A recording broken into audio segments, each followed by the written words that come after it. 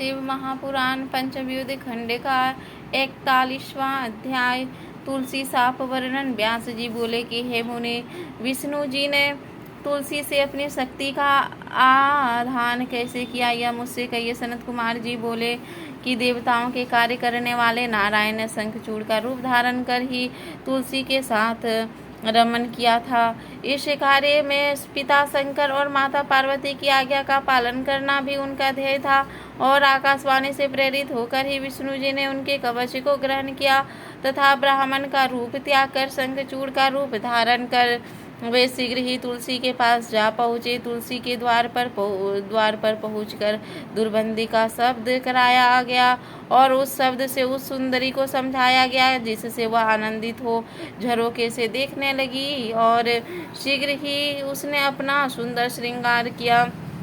इतने में शंखचूड़ का रूप बनाए रथ से उतरकर भगवान विष्णु तुलसी के भवन में जा पहुँचे। तब इस प्रकार अपने स्वामी को आया देखकर तुलसी बहुत ही प्रसन्न हुई और अपने पति के चरणों को धोकर प्रणाम कर रोने लगी। फिर रत्न सिंहासन पर बिठाकर मंगलाचार कराया और तांबूल दिया। साथ ही कृतज्ञता ज्ञापन करती हुई कटाक्ष सहित युद्ध का समाचार पूछने लगी। शंखचूड़ रूपी रमापति ने हंसकर अमृत सदृश वचनों से युद्ध का समाचार कहा। यह बतलाया कि ब्रह्मा जी ने हमारे और शंकर जी में संधि करा दी, इसीलिए मैं अपना घर चला आया हूँ। और शिव जी शिव लोक को चले गए, सबको स्वस्थता प्राप्त हो गई, उपद्रव शांत हो गया। ऐसा कहकर जगतपति ने शयन कर उनके साथ विहार भी किया। तब उसके उस रमन को देखकर तुलसी को भ्रम हुआ और वह तर्क करने लगी। उसने विष्णु जी से पूछा, अरे तू कौन है? सत्य कह, तूने माया से मुझे क्यों भोगा? मेरा सतीत्व धर्म क्यों दूर किया? मैं तुझे शाप देती हूँ। तुलसी के शाप से भय से विष्णु जी ने अपनी सुंदर मूर्ति बना ली, परंतु तुलसी ने वह रूप देखकर चिन्हों से उसने विष्णु को जाना और अपनी पतिव्रता भंग जान क्रोध किया। तुलसी ने कहा कि विष्णु, तुम में दया नहीं है, तुम्हारा मन पाषाण के समान है। तुमने मेरे सतीत्व धर्म का भंग कर मेरे स्वामी का वध कराया है। तुम बड़े धर्महीन हो, एवं मैं तुम्हें शाप देती हूँ कि तुम पत्थर के हो जाओ। तुम्हें दया सागर कहना व्यर्थ है। तुमने दूसरे के लिए एक निरपराध भक्त को क्यों मारा?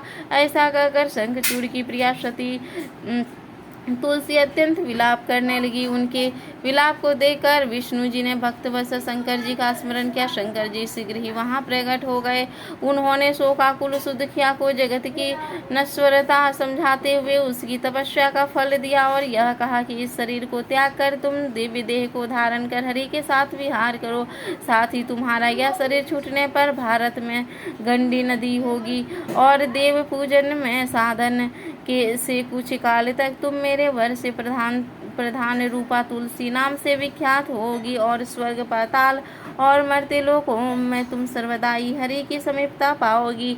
सब वृक्षों में तुम्हारा श्रेष्ठ स्थान होगा। तुम दिव्य रूप धारण कर सर्वदा वैकुंठ में हरि के साथ क्रीड़ा करती रहोगी और हरि के अंश से क्षीर सागर में भी पत्नी होगी। तुमने जो हरि को शाप दिया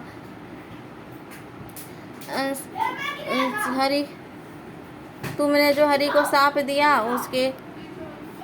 उसके प्रभाव से तुम गंडकी तट पर ये हरिपाषाण रूप में स्थिर रहेंगे। तुम वहाँ पौने दांतों वाले करोड़ों कीड़े उस शिला को छेद कर उसमें चक्र बना देंगे और उसका नाम शालिग्राम होगा। इस प्रकार शालिग्राम शिला में तुम्हारा संगम बड़ा ही पुण्यदायक होगा। ऐसा महात्म वर्णन किया और पुनः अंतर ध्यान हो गए। तुलसी ने प्रसन्न हो उस देह को त्याग दिया। फिर दिव्य देह को प्राप्त हुई। कमलापति उसके साथ ही वैकुंठ को गए और वह गंडकी नदी होकर बह चली। विष्णु जी उनके तट के पत्थर हो गए। उस पत्थर में कीड़े अनेकों प्रकार के छिद्र कर देते हैं और जो पत्थर जल में गिरता है वह बड़ा ही पुण्यदायक होता है। विष्णु जी के महात्मा सहित यह आख्यान बड़ा ही भक्ति मुक्तिदायक है। हे मुने, यह सब जो मैंने तुमसे कहा कहिए। अब इसके आगे आप और क्या सुनना चाहते हैं? इति श्री शिव महापुराण पंचम युद्ध खंड का 41वां अध्याय समाप्त। हर हर महादेव।